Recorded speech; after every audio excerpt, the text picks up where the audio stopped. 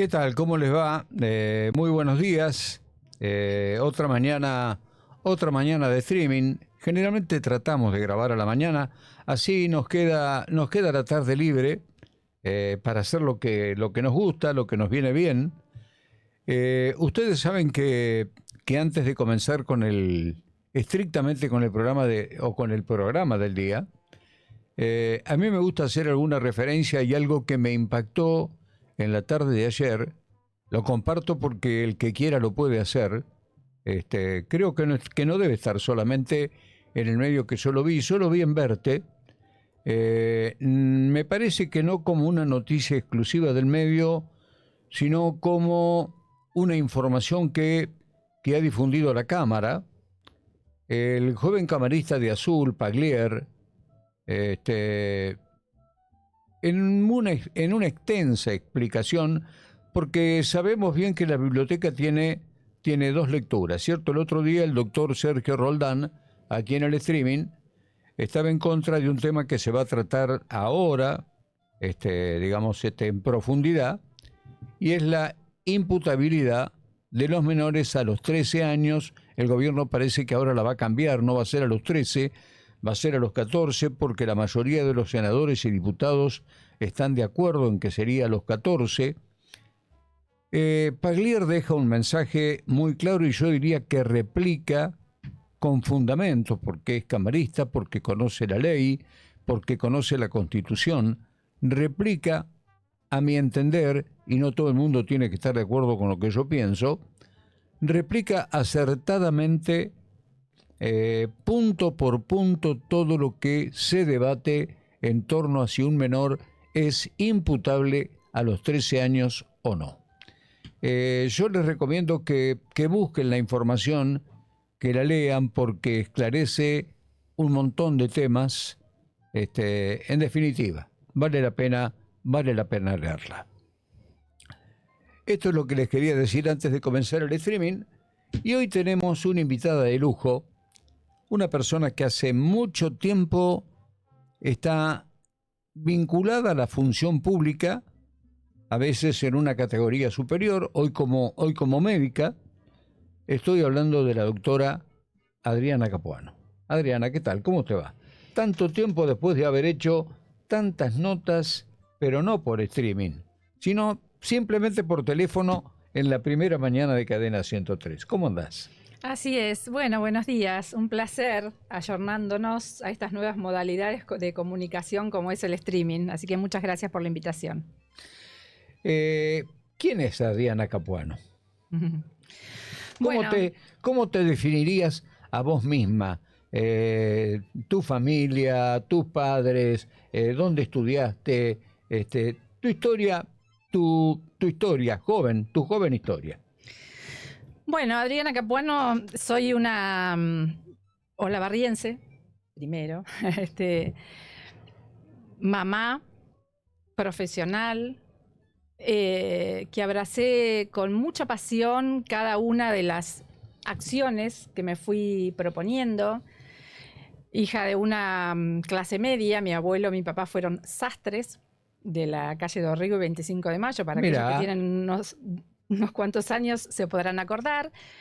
Después, Dorrego y 25 de mayo. Sí, haciendo cruz con Casa Silvia.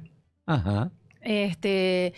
Y bueno, después con mucho sacrificio, obviamente, pero con mucha vocación. Primero estudié de maestra de grado y después, siguiendo mi vocación, mi fuerte vocación, estudié medicina en la Universidad Nacional de La Plata.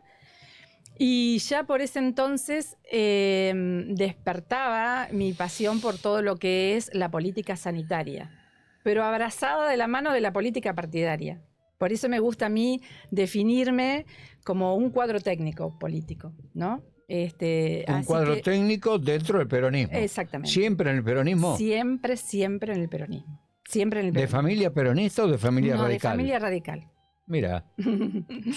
Le fallaste a los genes. Le fallé. Aunque por aquella época, cuando volvió la democracia y la figura de Alfonsín fue muy fuerte, también atrapada por esa calidad y calidez del discurso de ese líder radical. Exactamente. todavía los líderes peronistas no eran tan cautivantes en esa época. ¿Quién fue el Te líder digo- peronista que te cautivó más? Y bueno, el líder peronista siempre es Perón y la figura de Evita, Sí, pero claramente. fuera de Perón y de la figura de Evita. Claramente. Y bueno, después Néstor Kirchner fue un conductor muy importante para nosotros, así que también él, y después figuras dentro de la provincia de Buenos Aires a las cuales rescato, como la figura, por ejemplo, de Felipe Solá como gobernador, o Antonio Cafiero, me parece que es un político de fuste para nosotros los peronistas. Así que Sí, a pesar de eso perdió la interna con Menem, ¿no? bueno, perder una interna... Nadie pensaba que iba a ser así. No, claramente, pero perder una interna está dentro de las posibilidades del juego democrático de un partido como es el peronista, ¿no? Que yo creo que hace mucho que el partido se debe esas grandes disputas. Pareciera que está en esa cuestión, ¿no? Después vamos a hablar de eso. Sí, bueno, así que durante todo ese trayecto y después me tocaron lugares de mucha responsabilidad para los cuales obviamente me preparé, me encanta la gestión pública porque pienso que es el verdadero lugar de transformación y de aplicación de las políticas públicas. Y después tuve la gran oportunidad, después de unos cuantos años, de estar al frente de la gestión como directora ejecutiva de la UGL de PAMI Azul. Estuve al frente de la dirección para personas adultas y mayores del Ministerio de Salud de la Nación, que era una dirección que después de 70 años de creado el ministerio, por primera vez había un área para la salud de personas mayores. ¿No estaba determinada? No, nunca. Imagínate en un contexto donde el envejecimiento poblacional es el fenómeno más actual. Actual. Claro. Hoy. Y que pone en jaque a las economías de los países, ¿no? A pesar de que es una gran oportunidad para el ser humano que vive más tiempo. Así que en esos años que, bueno, justo que empezamos a trabajar y a gestionar, se desata la pandemia que golpea de lleno a las personas mayores y a sus ámbitos de cuidado. Y bueno, ahí adquirí personalmente una experiencia enorme, con trabajos con instituciones nacionales, internacionales, provinciales, instituciones académicas, científicas. Seguí formándome, por supuesto, y finalmente, bueno, tomé la decisión y la elección de volverme a vivir a Olavarría con todo lo que eso implica, y actualmente, como vos decís, estoy desempeñándome como médica, lugar privado ¿Tu familia cómo está integrada? Mi familia por mi esposo y mi hija que está estudiando en La Plata. Medicina. Psicología. Ah, mira. Psicología. ¿Por qué elegiste La Plata y no Buenos Aires para estudiar, por ejemplo? Porque tenía familiares en La Plata y una prima que se estaba a punto de recibir, así que era como un territorio más conocido. Y mi hija, de hecho, siguió eligiendo La Plata porque yo estudié en La Plata y la verdad que es una ciudad que me encanta y que volvería a elegirla siempre. Yo siempre digo que en una época, cuando yo era joven, ya hace muchos años, los jóvenes de Olavarría y de Azul iban a estudiar a La Plata porque había centros universitarios, Claro. el Centro Universitario de Azul, el Centro Universitario de Olavarría, que les daba alojamiento, de la comida se hacían cargo ellos, a veces en forma colectiva, digamos, había una posibilidad que Buenos Aires no la daba. Después de alguna forma fue mutando, fue cambiando eso. ¿Por qué? Y bueno, porque Buenos Aires tiene la posibilidad de brindar, de conseguir algún trabajo. Claro. Me parece que por ahí pasa la cuestión. La Plata es una ciudad, diría casi meramente administrativa.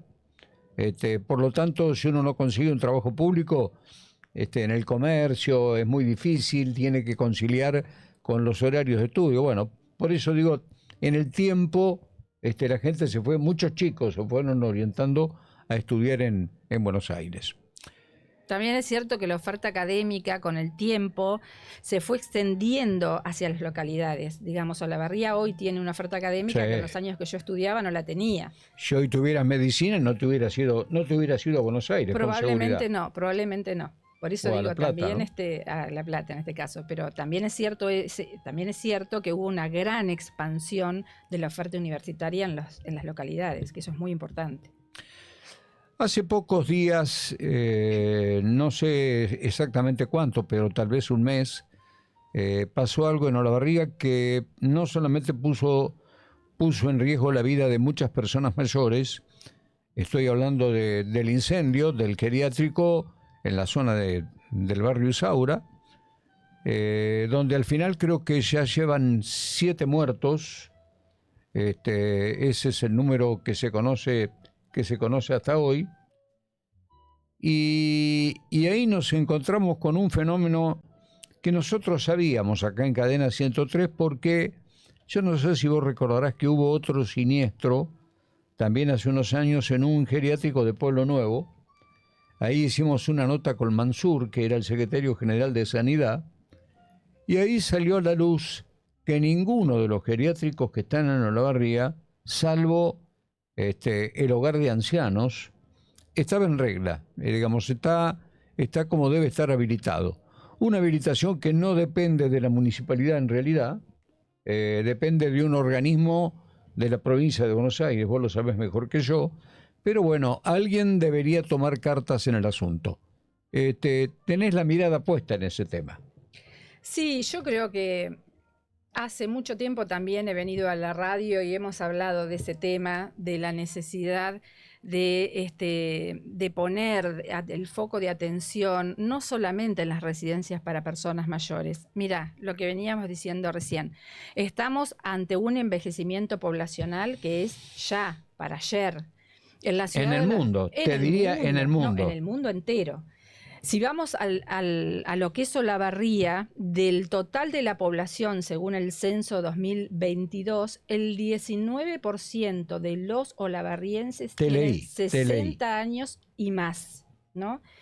Entonces decimos, bueno, de ese 19%, el 4% tiene más de 80 años. Unas 5.000 personas aproximadamente.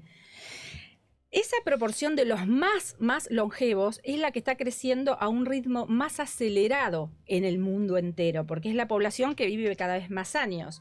Antes, encontrar una población centenaria o una persona centenaria era como algo estadísticamente, wow, era encontrar una persona de 100 años. Hoy la verdad que es frecuente encontrarnos con personas de 100 años y más en un buen estado de salud, ¿no? Entonces, de todas maneras, vos, perdóname que te interrumpa, de todas maneras vos aclarás que de esas 5.000 personas que superan los 80 años, el 50% ya tiene características de dependencia, ¿no? Exactamente. De acuerdo a las estadísticas mundiales, cerca de entre el 40 y el 50% de esa población longeva ya va a tener algún grado de dependencia. El grado de dependencia puede estar para una actividad de la vida diaria básica, como puede ser, bueno, no se puede asear por sí solo, no puede alimentarse por sí solo, no puede desplazarse dentro de su casa por sí solo, o puede ser una actividad instrumental, no puede manejar su dinero, no puede tomar un transporte por sí solo, le cuesta comunicarse con los demás. Entonces, esa dependencia, ¿qué va a requerir? La ayuda de un otro. Y ahí, cuando hablamos de las políticas públicas y de la necesidad de aquellos que tienen la posibilidad de decidir y diseñar y pensar estas políticas, en qué hacemos o estamos haciendo para que nuestra ciudad sea amigable con esas personas mayores, ¿no? Por ejemplo, para esta atención a la dependencia es indispensable contar con un buen sistema de cuidados. ¿Esto qué implica? Una persona con dependencia. En su inicio, obviamente todos coincidimos en que queremos ser cuidados en nuestro hogar. ¿Está? Nadie se quiere ir de la casa. Nadie. En eso estamos todos. Cuando se va es porque no tiene otra alternativa. No tiene otra alternativa. Es porque la mayoría de las veces los familiares han hecho un esfuerzo inusitado para sostener ese cuidado dentro de la casa. Pero convengamos que también hoy las familias son más nucleares, más pequeñas. Es decir, antes había una madre con muchos hijos, los hijos con muchos nietos, los nietos. Y más egoístas, ¿por qué no decirlo? Más individualista. Puede ser. Viste, más egoístas en el sentido de que cada uno quiere vivir su vida en libertad. Agregado, ponele. Vamos a ponerlo, tal vez no sea tan así, pero vamos a ponerlos con el nombre que tal vez corresponda. Ponele. Tal vez. Estamos ante una disyuntiva porque además no solamente las personas viven más años, sino que la natalidad disminuyó abruptamente. El otro día leí una nota, dice, cada cual quiere vivir su vida. Quiere vivir su vida en libertad. Entonces, bueno, pasan estos fenómenos, ¿no? Antes la familia vivía en casas grandes, donde estaban los papás, donde estaban los hijos y también los nietos. Siempre había alguien que cuidara a los abuelos. Eso no está pasando ahora.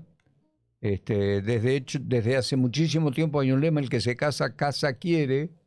Eso ha llevado a que la familia se vaya desmembrando con el tiempo y los mayores quedan solos y a veces en condiciones en las cuales no pueden sobrellevar su propia vida. Leí algo, y vos lo conocés muy bien a esto, el otro día, que una lesión de cadera, por ejemplo, para un hombre o para una mujer mayor de 80 años, es un signo de interrogante para lo que le falta vivir. Es decir, no es una lesión que se soluciona con una operación. Deja secuelas y esas secuelas conllevan a otro tipo de situaciones que le van haciendo más difícil su vida. Es así, ¿no? Es así. Terminando un poquito con el concepto de lo que va a pasar con nuestras familias. Hoy en día nuestros hijos cada vez son más proclives a no tener hijos. A lo sumo tienen mascotas. Entonces, ese cuidado, va a faltar el cuidado familiar. La sociedad se tiene que preparar para brindar ese cuidado de la dependencia. Si no es en el hogar, facilitando dispositivos para ese cuidado en el hogar, tiene que pensar en centros de día, centros diurnos, y brindar, en el caso de que no se pueda, residencias para personas mayores debidamente habilitadas con prestaciones de calidad. Eso por un lado. Por el otro, vos me estás hablando de qué pasa con la salud de las personas mayores. La fractura de cadera, como otros eventos, estamos hablando de la fractura de cadera como un evento frecuente, no sería tan catastrófica si la salud de la persona mayor no estuviera preparada para superar ese evento. Es decir, hoy vivimos más años, pero realmente, funcionalmente, ¿nos estamos cuidando debidamente para afrontar esos posibles eventos? Mira, una persona de 65 años, por ponerle, no es lo mismo una persona que tiene movilidad, que hace actividad física, que tiene hábitos de cuidado, una nutrición adecuada, que hace trabajo muscular para conservar la fuerza muscular. A ver, lo voy a decir de otra manera: el viejito piola. No sé si piola, el viejo que hace cuidado de su fuerza muscular, que es el ABC, la fuerza muscular, ni siquiera lo aeróbico, la fuerza muscular. Sí, todo el mundo aconseja eso ahora. Bueno, claro, prestemos atención, porque el tema es que si vos no estás debidamente, viendo este cuidado responsable, ¿qué pasa? La persona que se fractura la cadera y no trabajó eso previamente tiene un pronóstico muy diferente a aquel que viene haciendo un cuidado adecuado de su salud. Es más, las caídas que, preceden a la fractura, porque no siempre, el 100% de las caídas no termina en fracturas, por suerte. Las caídas debieran también tener un enfoque fuertemente preventivo para decir, bueno, hoy te caíste, no te fracturaste. Es muy probable que dentro de ese año vos vuelvas a tener un evento de una caída con más probabilidades de tener una secuela más compleja. Entonces, trabajar preventivamente muy fuerte en el abordaje integral de la salud de la persona mayor. Vos sabés que el tema de fuerza, de fortalecer los músculos, totalmente, porque son los músculos los que sostienen los huesos y tu estructura, ¿cierto? Sí. Ahora se está poniendo algo que vi hoy que me llamó poderosamente la atención. Pero lo que voy a decir es, desde hace un tiempo se está haciendo mucho hincapié en el tema de fuerza, y tanto es así que una de las gimnasias o experiencias musculares que más se recomienda es, no sé el nombre exactamente, pero sería la gimnasia del granjero. No es gimnasia del granjero. ¿Por qué?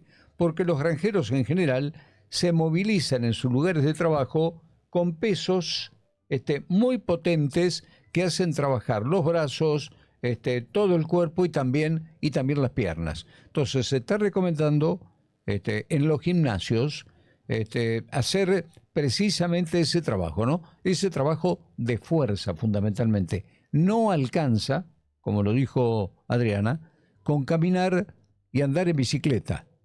Hay que fortalecer los músculos, ¿no? Así es.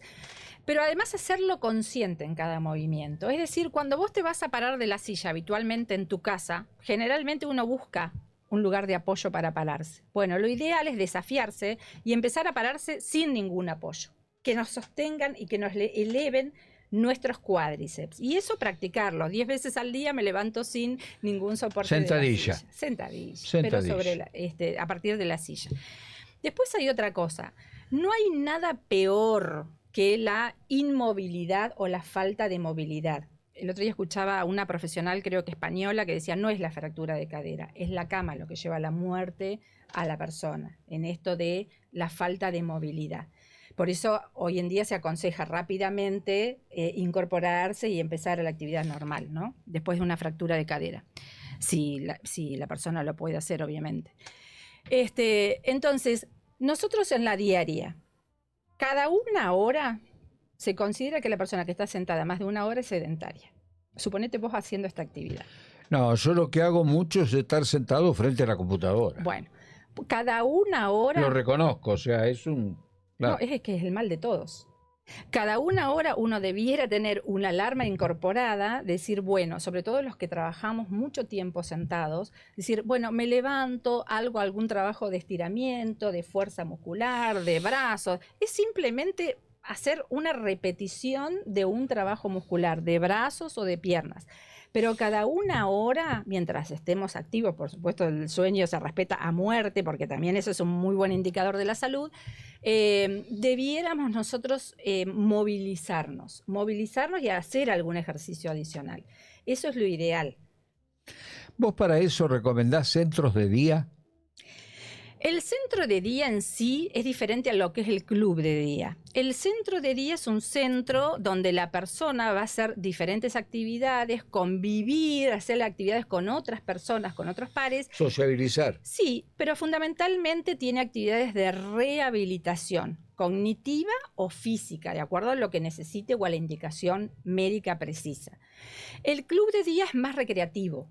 Es como un centro de jubilados, ¿me entendés? Vas a hacer alguna actividad de movimiento, de entrenamiento cognitivo, alguna danza, ya tiene otra, pero ambas son muy, muy beneficiosas para la salud de la persona mayor, siempre que tengan un sentido.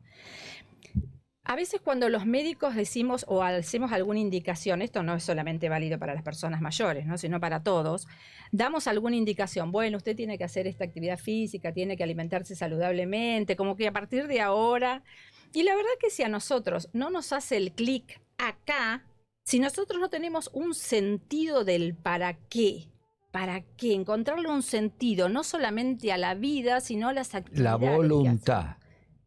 La voluntad. Yo lo hago de vez en cuando, pero no tengo... Yo camino mucho. Hago un deporte con el cual se camina mucho. Hago bicicleta y a veces hago algo de fuerza, pero no tengo la voluntad de hacerlo todos los días. Me lo propongo, me fallo a mí mismo. Sí, claro. y creo que le pasa a mucha gente. A todos. A la mayoría, no vamos a decir a ¿Cierto? todos porque a la mayoría. no. Sí. He ido a gimnasios, voy un tiempo, me siento bien, ya creo que está todo hecho.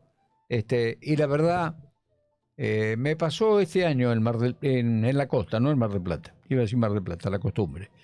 Me pasó este año en la costa. A mí me encanta el mar. A mucha gente grande le gusta el mar, le encanta y no se anima a meterse. Y a veces cuando uno ve olas grandes, a mí me encanta jugar con las olas, tirarme. Todavía puedo. Y como todavía puedo, para mí eso es una inyección de vida. Es una vitamina. El poder desenvolverse solo. A mí, por ejemplo, no me gusta el sur. Hay mucha gente que no lo entiende. Pero no me gusta porque mirar el paisaje para mí, no. Yo en el mar me siento protagonista. Lo uso, lo disfruto. Y en la montaña, si uno no hace trekking, no sé, el trekking yo lo hago en la cancha de golf. O sea, digo, cada uno hace lo que más le gusta. pero digo, hay que estar en movimiento. Creo que esa es la clave, ¿no? Hay que estar en movimiento, hay que desarrollar factores psíquicos protectores, esto de ser más flexible. Digamos, el envejecimiento requiere una adaptación, porque de pronto nos encontramos que somos nosotros mismos con otro cuerpo, va cambiando nuestra fisonomía. Hay que aceptar, digamos, los límites. Lo que antes podía, ahora ya puedo menos. Un detalle que vos seguramente lo vas a compartir. Yo ahora miro donde camino. Claro. Cuando era joven no miraba donde caminaba. Los jóvenes no miran porque tienen la flexibilidad para sortear elásticamente cualquier obstáculo. Los mayores, de golpe vamos caminando, no vemos en el pasto un pozo, ponemos el pie en el pozo y eso nos puede costar una fractura. Tal cual.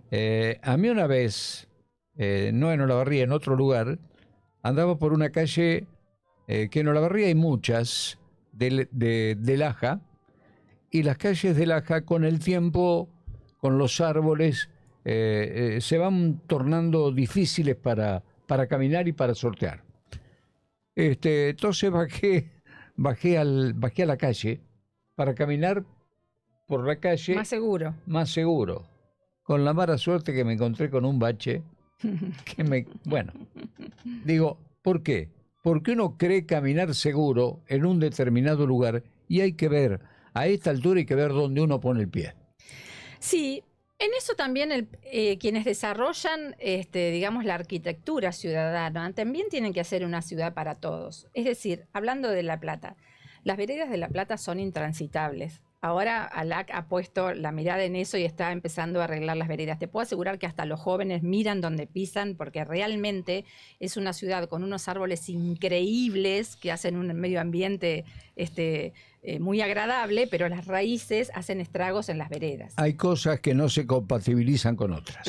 ¿Me entendés? Bueno, pero capaz que con un, digamos, cuidado adecuado, viendo las características del árbol, qué raíces crecen y cuáles no alteran la estructura de la vereda.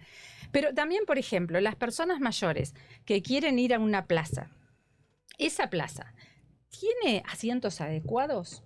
Con respaldo, con lugares para apoyabrazos. ¿Tiene sombra esa plaza? O cuando va una persona mayor que quiere ir con un nieto, 40 grados a la sombra, si es que la hay, ¿no? La persona mayor quiere tomar un transporte público, un colectivo. Los lugares son adecuados, hay un asiento, el recorrido. ¿Tiene en cuenta los lugares donde va frecuentemente una persona mayor a hacer sus trámites, a recibir sus servicios sociosanitarios? Entonces, todas las ciudades deberían estar pensando en estas cuestiones integrales. Obviamente que acá porque estamos hablando de personas mayores, pero en esto también les cabe a las personas con discapacidad, ¿me entendés? Es decir, la ciudad tiene que estar pensada una ciudad para todos. Vos conocés el mundo de los jubilados como pocos. Los centros de jubilados podrían, de alguna manera se han transformado un poco en centros de día o de sociabilización de los jubilados. Ahí el Estado no podría dar una ayuda realmente importante para que ese fuera el lugar de recreación y de primer cuidado. Sí, los centros de jubilados están haciendo eso porque están desarrollando una multiplicidad de talleres donde los jubilados van a esas actividades. Por supuesto que tiene cuestiones externas, porque hay jubilados donde va mucha gente y hay otros donde no va nadie. También hay que analizar cómo es la comisión de ese centro de jubilados. Si es receptiva, si es, digamos, cálida para cuando vienen sus pares, o es simplemente una comisión que aleja a la posibilidad de que las personas mayores... Sí, repele, ¿va? Claro, hay de todo. Pero son ámbitos, por supuesto, de referencia muy, muy, muy importantes. Ahora bien, en otro momento vamos a hablar del viejismo, que es la discriminación, según la OMS, la Organización Mundial de la Salud, la discriminación más frecuente en el mundo. De cada 2 personas, una asocia la vejez con enfermedad, con decrepitud, con falta de proyectos, con una clase pasiva desde lo productivo. ¿Me entendés? Sí, de todas maneras, coincido con lo que decís, pero hago una salvedad. Hay un fenómeno en el mundo que se llama los baby boom. Sí. ¿cierto? Es decir, gente que llega a una determinada edad y tiene la posibilidad de tener una vida digna, de vivir bien. Yo creo que mucha gente está tratando, en la medida de sus posibilidades, de imitar ese fenómeno. Hoy los viejos no se ven tan viejos, ¿o me equivoco?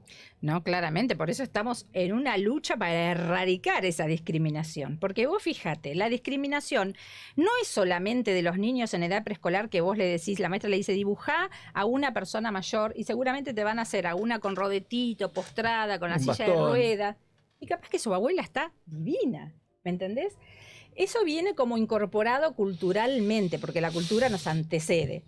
Ahora bien, fíjate qué pasa cuando ese viejismo está dentro de las propias, de nosotros, de las propias personas mayores. Entonces, centro de jubilados, dicen, no, el centro de jubilados es para viejos, no es para mí. ¿Te das cuenta? Los que toman decisiones, los políticos, a partir de los 60 años, estadísticamente, por lo menos para la cuestión administrativa, vos sos persona mayor. Yo soy persona mayor, tengo 60 años, hablo en primera persona. Pero los que toman decisiones políticas, nuestros presidentes, ministros, la mayoría de los intendentes, lo que quieras, son personas mayores.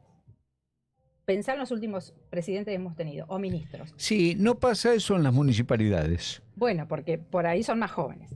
Pero En las municipalidades hemos tenido intendentes de 30 y pico de años. bueno, pero son más jóvenes. Esos intendentes van a hacer su trabajito. Pero muchos de ellos hablan en tercera persona. Nuestros mayores, vamos a hacer todo para que nuestros abuelos, que eso es tremendo cuando dicen abuelos generalizando, como si todos tuvieran el rol del abuelazgo, y eso también implica un viejismo. Digamos, si vos sos persona mayor, tenés que hablar en primera persona, nosotros. Hay un presidente que es todo lo que está bien, que no solamente habla desde en primera persona, sino que además promulga esto lo que estamos diciendo, que es Lula. Lula se graba teniendo actividad física, recomendándola, bueno, se lo ve súper saludable. Pero es un trabajo que tenemos que hacer. Sin darnos cuenta, internalizamos esas conductas. En la salud, ni te digo en los servicios de salud, cómo está arraigado el tema del viejismo. En salud, por ejemplo, no se indaga acerca de la sexualidad de las personas de 60 años y más. Y eso tiene claros indicadores de, por ejemplo, las enfermedades de transmisión sexual, se llega siempre en forma más inoportuna en los mayores de 60 años. Habiendo alguna medicina que de alguna manera ayuda a la persona mayor a tener una vida sexual plena. Pero los médicos, atravesados por ese viejismo, tienen una imagen de la persona mayor. ¿Los médicos también? Porque hay muy pocos médicos que están preparados con la mirada gerontológica. Entonces, muchos ¿Me cargan... estás hablando de médicos jóvenes o de médicos con algunos años? Te estoy hablando de los médicos en general. Como todo, vos un pediatra requiere sus especificidades, digamos, su educación, formación específica para atender a las cuestiones propias de la niñez. Para las personas mayores es igual, ¿me entendés? Entonces, el profesional de la salud en general tiene esa imagen de la persona mayor asexuada. Con el agravante de que las generaciones más mayores les cuesta abordar el tema porque es tabú. ¿Eso es como se ve cada persona mayor o es como la ve el resto de la sociedad? ¿Cómo se ve él? Es como se ve el resto de la sociedad, es como ve el resto de la sociedad a la persona mayor, en este caso los servicios de salud.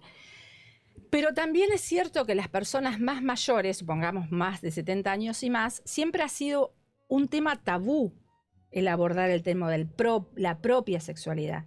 Entonces, en esa combinación, digamos que del tema no se habla. ¿Tanto en hombres como en mujeres o se da más en las mujeres que en los hombres?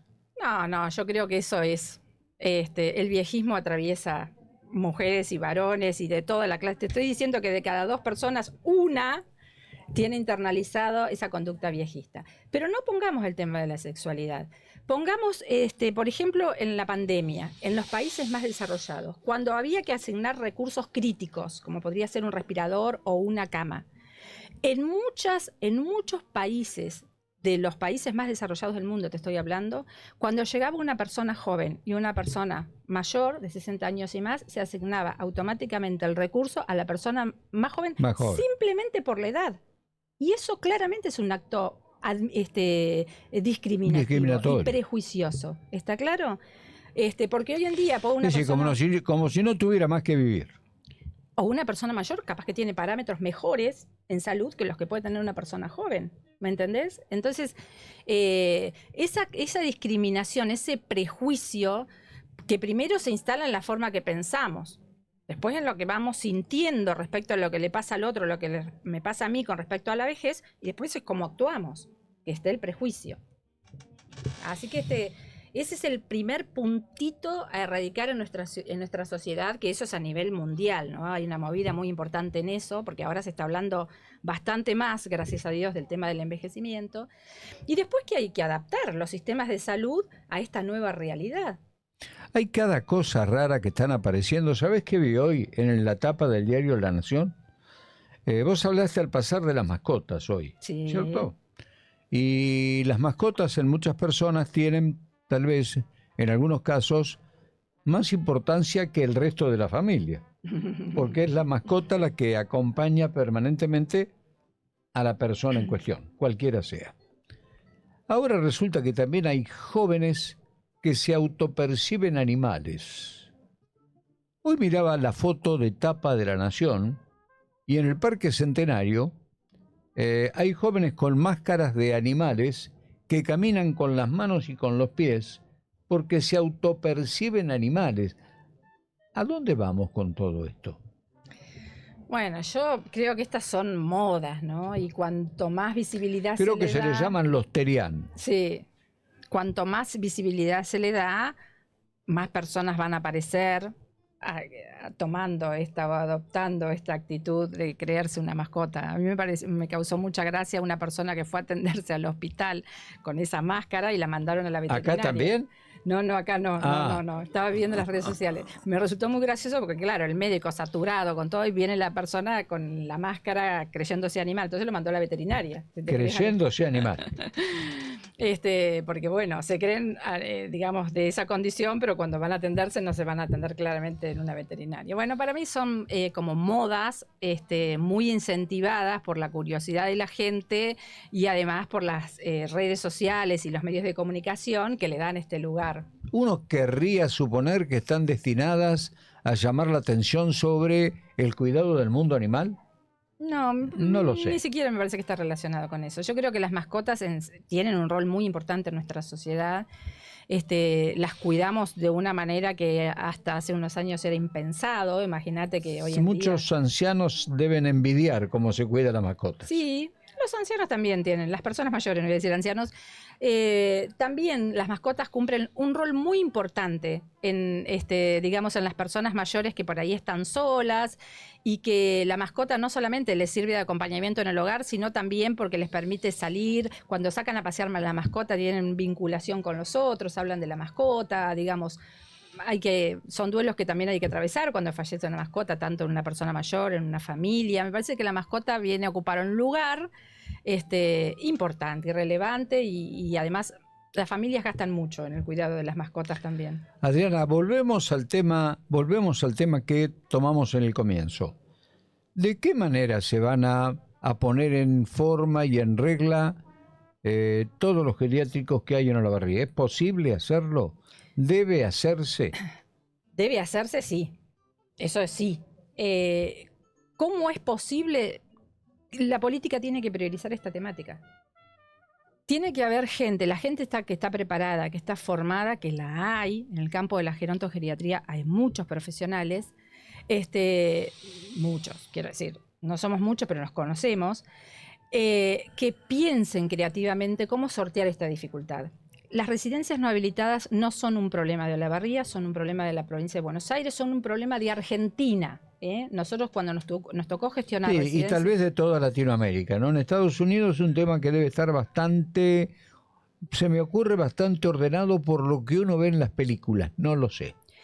En general es un problema, en Argentina es importante, en los países más desarrollados no se ve este grado de informalidad respecto a las instituciones sociosanitarias que prestan este servicio. Pero la verdad es que hay que trabajarlo de raíz, porque por ejemplo dice, el organismo habilitante en la provincia de Buenos Aires es el Ministerio de Salud a través de la Dirección de Fiscalización. ¿Tiene recursos esa dirección de fiscalización especializados para este tema? No los tiene, no los tiene. ¿Las leyes son ayornadas al momento en el que estamos viviendo? No. Te interrumpo ahí. El ente de fiscalización, ¿tiene algún delegado en Olavarría? ¿Hay alguien que hace la fiscalización acá en Olavarría o tiene que venir un funcionario de La Plata a hacerlo? En general, no hay auditorías programadas, espontáneas, sino cuando surge alguna situación particular. Las delegaciones de los ministerios de salud de provincia están representadas por las regiones sanitarias, ¿está? Pero si este tema no está priorizado, nada va a cambiar. Ahora, pensemos con un poquito de sentido común. Si vos decís, ¿quién realmente está en pleno conocimiento de lo que pasa en la ciudad, de cuántas residencias hay, de dónde se abrió una residencia que la vemos cuando vamos transitando en el vehículo y vemos que sacan a las personas mayores afuera para que tomen un poco de fresco y ahí decís, ahí abrió un geriátrico, o una residencia para personas mayores? Es aquella institución que tiene más cercanía. Y la institución que tiene más cercanía es el municipio.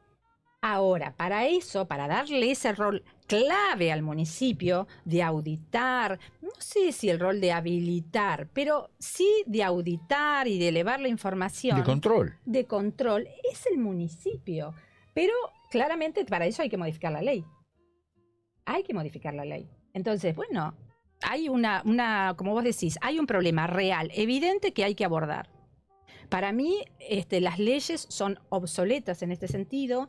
Hay que darle un rol mucho más protagonista al municipio. Fíjate que cuando ocurrió esta desgracia, esta tragedia, se hablaba de 55. En la pandemia, cuando nosotros relevamos, había 55 residencias sin habilitar en Olavarría. Y una sola, como vos bien decís, que estaba habilitada. Con la tragedia yo he escuchado decir que hay hasta 78 residencias en Olavarría. Ahora bien, ¿por qué no se transparenta ese dato? ¿Por qué la región sanitaria? Porque ninguna debe estar en regla, por eso. Pero los ciudadanos olavarrienses, ¿a vos te parece que no se merecen una explicación? Una persona que tiene que brindar cuidados a su familiar y lo tiene que llevar sí o sí a una residencia porque no es posible un cuidado. Seguramente, porque no hay que meter a todos en la misma bolsa. Seguramente algunas de esas 78 deben estar de acuerdo bastante cerca de las normas, ¿no? Pero una gran cantidad seguro que no. ¿No te parece que el municipio, digo esto hablando que sería hipotéticamente... De cualquier gestión, no de una gestión en particular. No estoy acusando a esto, por favor, que no se tome como algo que... ¿No te parece que sería adecuado que haya una transparencia? Si acá todos sabemos lo que pasa con las residencias. Es decir, mira, en Olavarría existen 50 residencias. Hay 49 no habilitadas. Pero hagamos un semáforo. De estas 49, estas que están en rojo son inviables. Pero estas que están en verde están brindando una buena atención a la persona mayor, con los criterios o con un paradigma de cuidado centrado en la persona. Entonces, capaz que con una pequeña ayudita se puede habilitar. ¿Me entendés? Pero esa información, la que tiene que tener a mano la familia... ¿PAMI tiene alguna injerencia en ese tema? No. PAMI hace solo convenio con residencias habilitadas. Y está muy bien que así sea porque es un requisito. O sea que en Olavarría no hace convenio con ninguna. Solamente con el hogar de ancianos. Con el hogar de ancianos. Exactamente. Fíjate vos que si se trabajara para que las residencias estuvieran habilitadas, también habría personas con más acceso al cuidado, que es muy caro.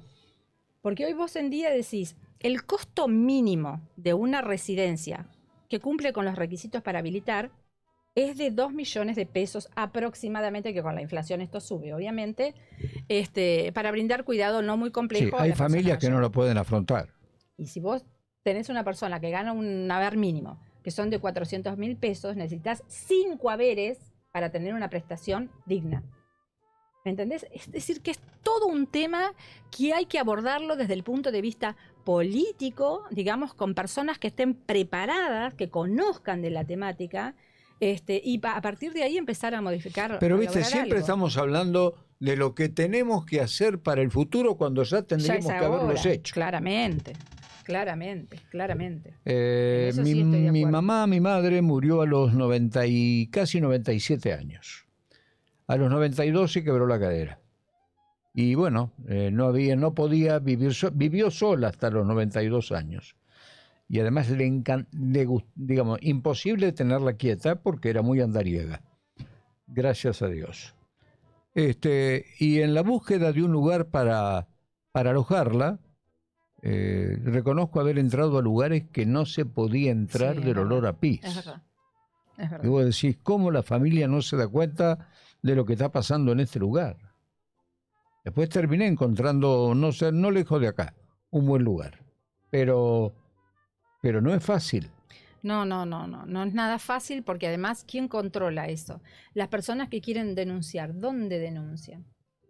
¿Entendés? ¿Qué es lo que puede suceder? Es como que es muy anárquico todo. Además, en Olavarría particularmente, el 100% de estas instituciones son privadas, salvo las Damas Vicentinas, que actúan como un ONG, pero digamos, el Estado no tiene ninguna propuesta, ninguna oferta de un lugar que sea municipal. Claro, pero las damas vicentinas tienen creo que 13 o 14 personas, todas en blanco, Claramente. adheridas al Centro de Empleados de Comercio. Tienen todo un organigrama que cuesta mucho montarlo, tienen una propiedad que le alquilan al Poder Judicial, tienen con qué. El privado tendría que cobrar una fortuna para poder hacer esto. Y Tiene que te haber digo una el ayuda del mínimo. Estado, ¿no? Sí, o también habría que evaluar y acompañar a ese inversor interesado en ingresar al ámbito de los cuidados. Obviamente que no es fácil, pero no es imposible, porque obviamente que hay muchos hogares o residencias para personas mayores que están habilitadas. Así que esto no es un imposible. Digamos, es un proceso, pero es impensable no poder tener una residencia habilitada que se cumplan los derechos que le asisten a esa persona mayor en ese lugar. Las bombas saltaron en la pandemia, porque en la pandemia ahí saltaron todas las alarmas porque, claro, la pandemia fue el detonante de muchos lugares donde había tantos ancianos, de los cuales murieron muchos, porque el contagio Sí, no se pudo parar. Hemos visto imágenes por televisión. sí. Bueno, digo, por lo menos a partir de ese momento, tendría que haber sido un llamado de atención. Claro, claro. Nosotros teníamos esa expectativa porque la verdad, en ese momento las personas mayores y las residencias tuvieron mucha visibilidad. Nosotros decíamos, bueno, hay que trabajar ahora porque después esto va a decaer. Efectivamente, cuando desapareció la pandemia, ese tema no se volvió a tocar, no se volvió a trabajar, es decir, desapareció. Hasta que ocurren este tipo de tragedias. No hace poco también se incendió un geriátrico no habilitado en Mar del Plata, también con muertes de personas mayores. Y en esto también hay que hacer un abordaje integral. Es decir, ¿qué responsabilidad le cabe al Estado? ¿Qué responsabilidad le cabe a las familias? ¿Qué responsabilidad le cabe a los dueños y administradores del lugar? ¿Y qué responsabilidad también tienen los trabajadores y trabajadoras que están absolutamente precarizados? Es decir, no responsabilidades, deberes y derechos con respecto a esos trabajadores y trabajadoras. No hemos hablado del personal. ¿El personal de esos lugares está capacitado para eso o se toma cualquier persona que esté buscando un trabajo? Para el mercado, lo que es el cuidado es una salida laboral muy rápida, porque hay una demanda muy fuerte de personas mayores que requieren cuidados, muy fuerte la demanda. Y la verdad que eso no está debidamente trabajado, por lo menos en estos lugares. En Cava funciona todo un relojito. Te voy a decir que la oferta es impecable. Aún así, hay déficit de estas personas cuidadoras. Requieren una capacitación y una formación adecuada, pero también se requiere un pago y un reconocimiento a esa tarea que hacen, un pago adecuado, que los francos, como cualquier trabajador en blanco, Sí, ¿no? Se lo que pasa es que en respeten. Cava cualquier geriátrico vale una fortuna. Exactamente, es lo que decíamos, lo que te decía hoy acerca de esos valores, ¿no? No hay geriátrico habilitado que te cobre por debajo He de los 2 pasado por millones. alguno, de casualidad, ves para adentro y ves muchos ancianos en torno a una mesa, sentados a una mesa, y tampoco son lugares que vos digas, uy, esto es 10 puntos, no. Hay de Bueno, todo, hay de todo, hay de todo. hay de todo. Hay residencias en Cava que son hoteles 5 estrellas. Que bueno, lo que pagás también. ¿Para quiénes? Exactamente, pero hay de todo. Pero vos en Olavarría, si una persona tuviera toda la plata, digamos, disponible para el cuidado de un familiar, tampoco tenés un lugar, una oferta que te brinde un cuidado de ese tipo, ¿no? De confort. Tampoco lo hay. Sí. También conozco un caso de personas que digamos, que han tratado por todos los medios de quedarse en su casa. La abuela de un familiar mío, y el nieto me decía, ya le han robado todo, no le queda nada. Tenedores, cuchillos. ¿Por qué?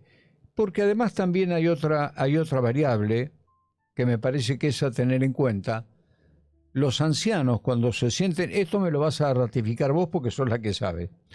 Yo creo que los ancianos cuando se sienten vulnerables, se ponen de muy mal humor. Van cambiando. Si tienen algo de carácter, van cambiando. Se va tornando más difícil el tema del señor en cuestión o de la señora en cuestión. Entonces, digo, tiene que haber personal que conozca el paño. Absolutamente. Primero que ligar a la persona que envejece con un mal carácter, con que es uranio y es malhumorado, es viejismo. Vamos a poner ahí. Porque en esas situaciones que vos me dijiste, que la persona está vulnerable y la persona que cuida no está preparada para cuidar, lo más probable es que atropelle la autonomía de la persona mayor, su capacidad de decidir. La persona mayor quiere, como cuando vive sola, quiero levantarme y hacerme esto de comer, quiero tomar el mate en este lugar, me quiero asear, hoy sí, mañana no, o mañana no me quiero lavar el pelo. Suponete, por decirte algo. Eso en el cuidado de la persona mayor, si lo hace alguien que no está debidamente formado, atropella ese derecho decisorio de la persona mayor. Y eso ¿a quién no lo va a poner de mal humor? ¿Me entendés? Si vos querés hacer una determinada cosa y te dicen, Eduardito, no, quédate sentadito, que te voy a traer la comidita, ¿me entendés? Infantilizándote incluso, o en los casos más graves cuando hay maltrato. Sí, abuelito, abuelita. Sí, cuando despersonalizan a la persona mayor, como que le sacan toda la historia, la trayectoria de esa persona. O cuando, llega el extremo, que ya es un maltrato o una violencia hacia esa Yo persona. conocí una sola persona, debe haber varias, Yo conocí una sola persona que en un momento determinado de su vida dijo, yo quiero ir al hogar de ancianos. Porque le gustaba que la atendieran. No estar solo. No estar solo, estar con sus pares. No era de mucho conversar, pero participaba en la mesa, tenía su desayuno, tenía su almuerzo, tenía su merienda, tenía su cena. Se sentía en un hotel 5 estrellas. Si le hubieran llevado al Sheraton, creo que no hubiera estado tan contenta. Pero conocí una sola. Son las menos, porque vos decís, una persona autoválida, como es este ejemplo, capaz de decidir por sí misma, pudiendo desempeñarse en su actividad de la vida diaria, en las residencias, en general, en estas que no están habilitadas, en la mayoría. Y agradecida con el personal, agradecida con todo el mundo. No, por supuesto que hay personal que es sumamente amoroso en el cuidado, ni hablar. Eso, por eso digo que está mal generalizar. Pero cuando vos vas a una residencia donde no hay un criterio de agrupabilidad, entonces a una persona mayor que ha estado bien previamente y que va ahí a recuperarse de una fractura de cadera porque no puede vivir sola en su casa, y lo hacen convivir con personas que tienen, por ejemplo, demencias avanzadas. Sí, demencia. ¿Me entendés? O trastornos cognitivos. Se pierde él también. O conductas que son no apropiadas, digamos. Esa persona, la verdad que no es el lugar adecuado para que tenga una buena calidad de vida. Entonces, también las residencias, si tienen un criterio de agrupabilidad, digamos, vamos a manejarnos de esta forma con las personas autoválidas que requieran una recuperación o que requieran una red social, que es lo que fue buscando esta persona que vos conocés, o una red de cuidado. Sí, ya falleció, pero bueno, sí. Murió donde quería morir y cómo quería morir. Está muy bien. Eligió su forma de vida. Ojalá que haya muchas residencias que digamos, permitan también esto, ¿no? Bueno, Se está hablando de vivienda. el hogar de ancianos es un ejemplo en ese tema. Sí, claramente. Debe haber otras también. Sí, Bueno, sí. habría que hacer Yo nombro una... esa porque es la que conozco, no Claro. en desmedro de otras. Claro, claro. Es la claro, que conozco. Claro, claro. Para terminar con el tema, te hago una pregunta. ¿En consultorio ves gente que ya está pidiendo que quiere ir a un lugar o siente rechazo por tener que ir a un lugar? En general, las personas mayores se resisten a ir a las instituciones de cuidado de largo plazo. Por lo menos las que conocemos. Por lo menos las que pueden decidir.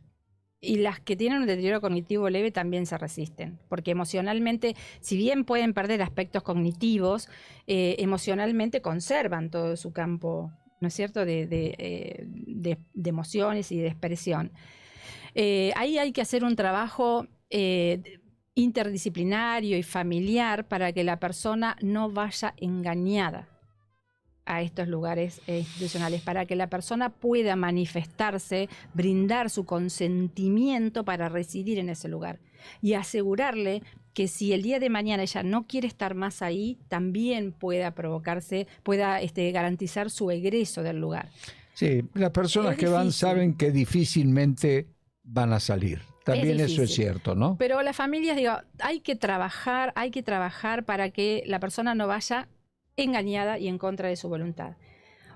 Una buena forma es decir, si nosotros en la familia ya sabemos que tenemos una persona mayor que tiene algún grado de dependencia y eso va a ir evolucionando, planifiquemos el cuidado. Planifiquemos el cuidado de esa persona mayor. ¿Qué va a hacer si esto no funciona, si hacemos esto y esto no funciona, si se va complejizando la atención a las necesidades de apoyo de esa persona? Porque planificando esto, vos fíjate cómo termina la institucionalización de una persona. Cuando vos tenés en tu casa, cuidando a una persona mayor, 3 mujeres, más 2 franqueras, y te llaman, señor, ¿puede venir? No puedo, mi novio no me deja. No puedo ir, o estas cuestiones que le pasan, ¿me entendés? Y a veces el cuidado de una persona mayor lo realiza otra persona mayor. Hoy en día, estadísticamente, las mujeres sobre las que cae el cuidado son mayores de 55 años. Hay casos que hay 5 personas para cuidar con turnos y con reemplazos. Ah, sí, claro. 5 personas para cuidar a una persona. Eso tal vez cuesta mucho más que un buen lugar. Obviamente que cuesta sin la más. Seguridad de que ese anciano esté cuidado de forma permanente. Absolutamente. Pero esa familia que en un momento se ve desbordada, suponete que tenga un viaje o una salida de vacaciones, desbordada, la verdad que sale de un momento para otro a definir en qué lugar puede estar su ser querido, su familiar. Y empieza a indagar. ¿Y dónde? A nosotros nos llega muchísimo la demanda. ¿Cuál es el mejor? Aconsejame a algo, una residencia, esto. Entonces, la decisión de institucionalizar no se trabaja previamente, no es hablada con la persona mayor. ¿Me entendés? Yo con mi hija de este tema lo hablamos francamente y nos damos digamos, esta posibilidad de decir, bueno, el día de mañana... Es muy temprano en tu caso para hablarlo. Hay que planificar el cuidado. Si sabemos que... No, a mí ni se me ocurre. Con mucha suerte vamos a vivir muchos años. A mí no se me ocurre, no estoy tan lejos, pero bueno, Dios dirá. Hay que hablar del tema del envejecimiento, hay que hablar del tema de la muerte, a ver, nadie tiene más certezas en la vida. No, eso era claro, pero bueno, la muerte es una cosa y cómo va a pasar es otra. Claramente. Es otra. Bueno, nos ponemos las botas de goma, porque vamos a entrar un poquito en el barro de la política. Acaba de haber elecciones del Partido Justicialista en la provincia de Buenos Aires, también en Olavarría. ¿Han quedado muchos heridos en Olavarría? Bueno, elecciones no, armado de listas. Armado de listas. De consenso, teóricamente. Bueno, en mi caso particular es como que yo estoy un poco... ¿Al margen? Alejada del campo, del ámbito de la política, ¿no? Si bien la abrazo con la misma pasión de siempre, me parece que sigue siendo la única herramienta posible de transformación de la vida de las personas. Creo también firmemente, como dijo Maquiavelo, que es el que entra a la política tira la honra a los perros, sin ninguna duda. No hace falta más que leer las redes sociales. Cualquiera dice cualquier cosa de cualquiera, no saben ni cómo te llamás, pero Entonces, pero estoy un poco alejada porque tampoco me ha enamorado, digamos, lo que hay como un espacio de posible participación. ¿Estás hablando de Olavarría o estás hablando del PJ a nivel provincia o a nivel nación? Estoy hablando del peronismo en general, del peronismo en general. Si bien como buena peronista y leal que soy, siempre voy a acompañar la propuesta que se genere de nuestros líderes, obviamente, pero eso no quiere decir que uno no tenga una mirada crítica acerca de lo que pasa. Yo creo que cuando se habla de, en este caso, que es muy chiquito, porque lo del PJ, a ver, tiene 5.000 afiliados del padrón, de los cuales reales debe haber cerca de 3.500 en capacidad En de Olavarría. votar, supongo. Es decir, el impacto es muy menor de lo que está pasando hoy en día dentro de las estructuras partidarias, con muy poca iniciativa, muy poca creatividad, muy poco aporte al campo de la política, ¿no? Entonces, cuando uno habla de la necesidad de amplificar, digamos, hoy en día yo veo muchos compañeros con muchas cosas para aportar, con mucha trayectoria, mucho recorrido, mucha formación, digamos, que realmente podrían ejercer cambios de transformación en su ámbito de referencia, que están fuera, que están fuera. Debe pasar en otros partidos, supongo también. Yo estoy hablando del mío. Entonces, eso me ha llevado como a alejarme un poquito, pero bueno, siempre desde lo profesional uno le pone la impronta política o, digamos, los manifiestos del peronismo en lo que hace. Esto de la justicia social para nosotros es... Sí, el peronismo creo que tiene que darse, creo que tiene que darse una introspección muy importante, porque el peronismo de hoy no puede ser el mismo del 46, evidentemente el país ha cambiado. Creo que tiene que replantearse un montón de cuestiones, seguramente todos los partidos Todos los partidos, políticos. claramente. Mirá lo que pasa con el radicalismo. Sí. O sea, no estamos haciendo una excepción manifiesta contra el peronismo. Digo, ¿por qué surge Milei? Milei surge por Sí.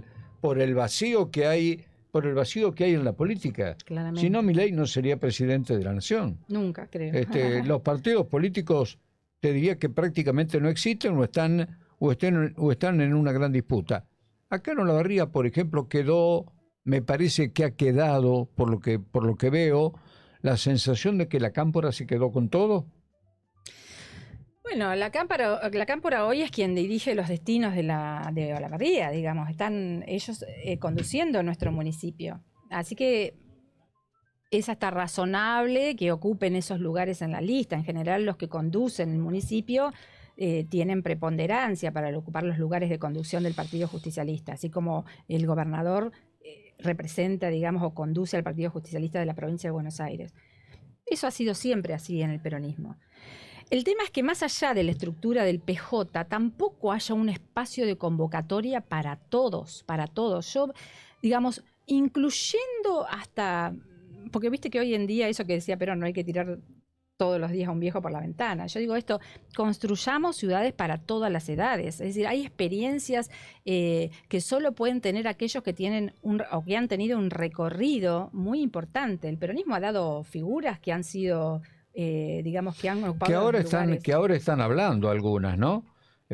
José Severri, que ha estado en el Frente para la Bueno, Victoria. con José hablo seguido con José. Bueno, Sí. Alberto Lestelle ha Sí, claro. sido muy duro, Sí, ha dicho cosas muy fuertes, sí. de alguna forma criticando, creo que en el fondo, ¿por qué no se los convoca?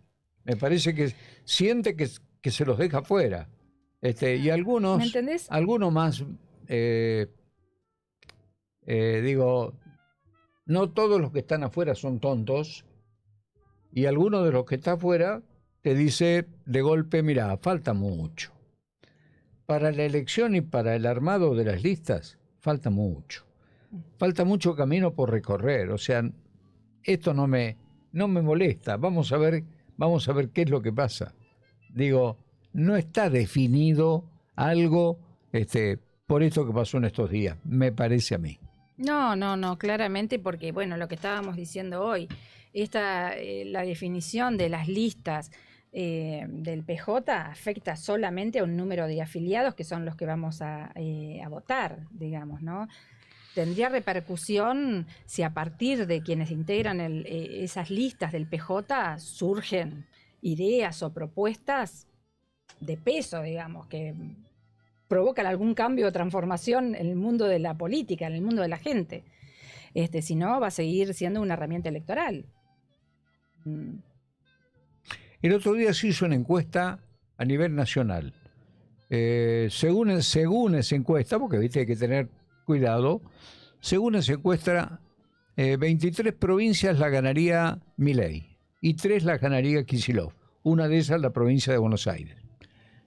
¿Lo ves a Kicillof con el músculo político para hacer una muy buena elección en todo el país o tendrá que conformarse con la provincia? Yo no sé si esto es una expresión de deseo, de esperanza. Yo creo que sí, definitivamente en el 27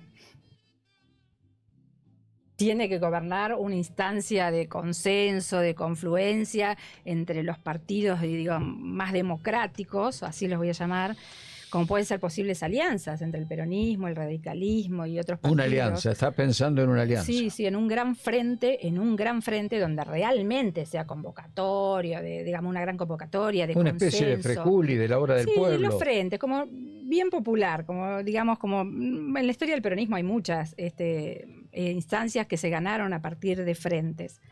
Y obviamente que la figura de Axel Kicillof es convocante. Está gestionando una provincia con recursos sumamente escasos, incluso que no le llegan de nación, y esto es concreto, y además con un contexto muy, muy difícil desde lo nacional. Yo creo que este gobierno ha degradado cuestiones muy sensibles hacia los argentinos, que vos me podés decir, sí, pero hace muchos años que vienen en decadencia. Pero eso no se discutía. Es decir, una salud pública de calidad, una educación de calidad, apoyar a la gente con cabeza, digamos, a los investigadores, al CONICET, a las universidades. Eso en Argentina nunca se puso en discusión. Y hoy en día hay una degradación. El Garrahan, por ejemplo, hay cuestiones que eran intocables hacia adentro, hacia nosotros. Que había cosas para mejorar, lo afirmamos, creo que lo afirmamos todos. Pero para degradar de la forma que está siendo degradada, porque eso cuando la curva va en declive, en cuanto a pérdida de recursos humanos, económicos, indicadores, después cuesta un montón volver a levantar esa curva para sostener niveles de calidad como los que veníamos teniendo. Entonces eso dificulta, digamos, cualquier gestión de cualquier provincia. Te voy a hacer la pregunta más difícil seguramente para responder y tenés la libertad de decir sí o no. ¿Tenés algún referente claro en Olavarría hoy o esperás que surja alguna persona nueva o visibilizás a alguno de esos compañeros que vos decís que no participan o que no se los invita? Y a nivel provincial y nacional, ¿también pasa más o menos lo mismo? Sí, yo en la figura de Axel Kicillof veo un potencial candidato. Me parece que los compañeros también están mirando hacia ahí. Puede ser la figura de algún otro gobernador. El gobernador de Salta es una persona interesante, el gobernador de La Pampa es un gobernador interesante. Para eso todavía falta. Igual lo más importante que yo creo que en esto, los compañeros que quedamos, digamos, mirando con la ñata contra el vidrio, por decirlo de alguna manera, también estamos dispuestos a hacer nuestro aporte. Más allá de la figura convocante, digo, si hay una figura que tiene real chance de conducir los destinos de Olavarría, y vamos a estar acompañando. Claramente, si vos me preguntás, voy a redoblar tu apuesta y tu sentido de la pregunta. Claramente, si vos me preguntás, este gobierno municipal, esta conducción municipal con la que hemos trabajado juntos en un montón de elecciones. Era la pregunta que viene, así que te adelantaste. Hemos trabajado juntos en un montón de elecciones, con Federico, con Maxi, con... Si vos me preguntás, ¿en algún momento te convocaron? No. No. Pero no es una cuestión personal, quiero suponer, sino que hay otro montón de compañeros también preparados y dispuestos a colaborar que yo también sé que no han sido convocados. Pero bueno, estamos siempre a ¿Te parece una buena gestión la de Wessner? Vuelvo a reiterar, me parece que son gestiones que están sometidas a un contexto de políticas nacionales muy, muy complicado y con recursos muy escasos. Cuando hay recursos más escasos es cuando se necesita mayor cantidad de gente creativa y de gente con experiencia en gestión. Bessner no por la ahí. tiene. Y creo que por ahí habría lugares o circunstancias o decisiones en las cuales debería apoyarse en profesionales, técnicos que tuvieran un conocimiento más acabado de las cuestiones. Yo digo, Como no todo, hay solamente para el excepciones. peronismo. Me parece que todas las agrupaciones políticas en Olavarría están mirando quién sería su candidato. No hay, me parece, muchas candidaturas visibles o números puestos. Y si hay alguno, está tapado, está un poquito tapado, esperando el momento para emerger. Probablemente. No se ve, no podemos decir fulano, sutano, mengano. Y los que están seguramente también están especulando porque falta mucho. Alguien me lo ha dicho. Todavía falta. Probablemente. Vos fijate cómo irrumpió la llegada de la Libertad Avanza, ¿no? Con prácticamente nada, con candidatos totalmente desconocidos. Y sin embargo, con el tiempo se fueron... Exactamente. Milei. Y sin embargo se fueron imponiendo. Uno creía que era solo Milei y su hermana.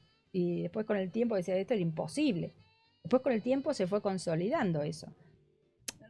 Pero se fue consolidando porque no tenía nadie, porque no tenía nadie enfrente. Sí, en esto hay que hacerse una autocrítica y la verdad que necesaria. Digo, en líneas generales no le ha ido tan mal, porque creo que todos nos hacíamos la pregunta, ¿y qué va a pasar ahora?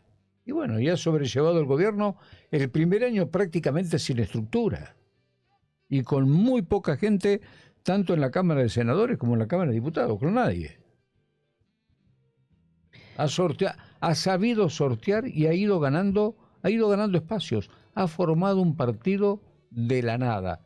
¿Qué va a pasar? ¿Cuánto va a durar? También es una incógnita. Pero lo hecho está. Sí, hay que ver cuánto impacto tiene en la vida de cada una de los ciudadanos y ciudadanas de nuestro país, ¿no? Nosotros somos un país con una clase media fuerte. Hay que ver qué impacto ha tenido, si las personas están mejor o peor desde que llegó Milei a la gestión, ¿no? Si los empresarios están mejor o peor, si los que... Bueno, pero eso no, a ver, yo digo, no se le puede achacar. Yo en eso soy categórico. Me parece que no se le puede achacar solamente a Milei. Venimos de algunas gestiones que le han hecho mucho daño al país. Y creo que también es cierto que va a llevar mucho tiempo. Esta dejó de ser la Argentina que nosotros conocimos en los años, vos no, sos más joven que yo, pero que yo conocí en los años 50, cuando era chico, 60, nos parecía un país en el fin del mundo, y Argentina era un país vivible, donde la gente tenía la posibilidad. Yo debo reconocer, yo nunca fui peronista, pero debo reconocer que en la época de Perón la gente tenía, lo he dicho 1000 veces, la gente tenía la posibilidad de hacerse su casa. Por eso el peronismo creció como... Pero no te vayas muy lejos. El procrear le dio vivienda a cuántas personas en Argentina. Sí, pero la época de Perón fue una época de mucho trabajo. Tal vez no se hizo la gran industria pesada que el país necesitaba, pero fue una época de mucho trabajo, de muy buena educación. La educación era muy buena. Hoy todo eso se ha desvirtuado mucho.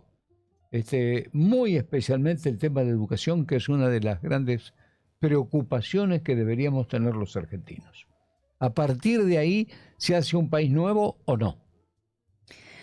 Bueno, no creo que estén puestos los esfuerzos en mejorar la educación ni la calidad laboral de los trabajadores. Yo creo que al contrario, se van perdiendo conquistas, se van perdiendo derechos de los trabajadores. Es decir, hoy en día cualquier trabajador, es más, seguramente me vas a tratar el tema de la reforma laboral. Hoy en día yo creo que la clase media ha ido perdiendo poder adquisitivo. ha ido perdiendo calidad en la educación que le puede ofrecer a sus hijos, a sus hijas, ha ido perdiendo calidad en la obra pública. Vos has transitado ¿Había por las otra rutas. forma? La pregunta es, ¿había otra forma? Digo, esto no es lo mejor del mundo. Evidentemente no. Y muchos votaron a Milei haciendo así, y nadie tiene nada comprado. Ni él, nadie tiene nada comprado. Habrá que ver qué es lo que depara el futuro. Totalmente. Como siempre, por suerte, vivimos en democracia y cada persona al momento de elegir hará una evaluación de cómo le está yendo, cómo le fue, cómo le irá, qué expectativas tiene puestas En este caso eso. se da algo un poco paradigmático. Hay gente que está mal y sin embargo tiene esperanza. Ha sabido capitalizar, porque esa es la realidad que nadie ve o no quiere ver, ha sabido capitalizar algo intangible, que es la esperanza de los argentinos. Que Los argentinos tienen esperanza sí, en que esto va a estar mejor. que esa es Ojalá. una de las grandes autocríticas que nos hacemos en el peronismo, porque la esperanza siempre fue patrimonio o territorio donde el peronismo se maneja muy cómodo. Sin embargo, eso lamentablemente no lo supimos canalizar nosotros. No lo supimos canalizar. Por supuesto que también entra la cuestión de la geopolítica, de lo que va pasando en los otros países, de las cuestiones que se van... Está muy actualizada, Adriana. Deberías tener participación en la política activa. Estás muy lúcida, estás muy actualizada y tenés convicciones firmes. Sí. No, a ver, sin convicciones uno no llega a nada en la vida, no solamente en la política. Pero bueno, uno hace su aporte desde el lugar donde le toca estar, siempre. Y bueno, y en el peronismo somos todos soldaditos, así que si está la oportunidad, también daremos Pero lo mejor de primero te nosotros. tienen que convocar y no te convocan. Bueno, no, pero uno tampoco debe esperar a ser convocado. Uno también puede iniciar, puede golpear puertas, puede abrir, pertenecer a nuevos espacios. Acá estás golpeando. O uno puede también esperar o ver la posibilidad de que se generen nuevos espacios. ¿Por qué no? Como abrieron las puertas del cielo para que haya un Milei, puede abrir las puertas del cielo para que haya un conductor peronista que nos compone a todos. ¿Hay alguien fuera de los que están en el radar que te entusiasme? La figura de este gobernador salteño me gusta. Sáenz, ¿no? Sí. Y después el gobernador de la Pampa, que no me acuerdo ahora cuál Cedero. es. No me acuerdo cómo es el apellido ahora. O Pero también Silioto. Y después hay mucha gente joven que tiene, digamos, como mucha pasión, mucha convicción y están haciendo las cosas bien en sus lugares, en sus localías, en sus municipios. Así que, bueno, habrá que esperar. Bueno, habrá que empezar por Olavarría, Liliana. Liliana, no, Adriana. Perdón, Liliana, Adriana. Mira, me traicionó el subconsciente. Liliana Swin ha sido designada consejera de la 7ª sección electoral. Adriana, muchísimas gracias. Creo que hemos podido desarrollar un tema que a vos te importa mucho, te interesa mucho. Después entramos en la política, pero a vos hoy la gestión, digamos, el tema, hoy no estás en la gestión política, hoy estás en tu consultorio, pero a través de ese consultorio tenés una ventana que te permite ver los temas que realmente te interesan. Sí, Así obviamente. Y además los temas que le interesan y las prioridades de las personas mayores y de las familias, porque acá también hay que involucrar todo, ¿no? Te agradezco muchísimo esta visita, y no será la última vez que nos encontremos, así que muchísimas gracias. Espero que lo hayas pasado bien. Sí, súper. Muchas gracias a vos también. No, por favor. Éxitos con el programa. Muchas gracias, muy amable. Que sigas muy bien. Gracias. Y a ustedes, como de costumbre, bueno, ha pasado Adriana Capuano por el streaming de Cadena 103. Seguramente esta semana, jueves o viernes, nos volvemos a encontrar. Que lo pasen lindo, que tengan una hermosa semana y tengan cuidado con el sol, porque está picante. Ojo, que lo pasen lindo.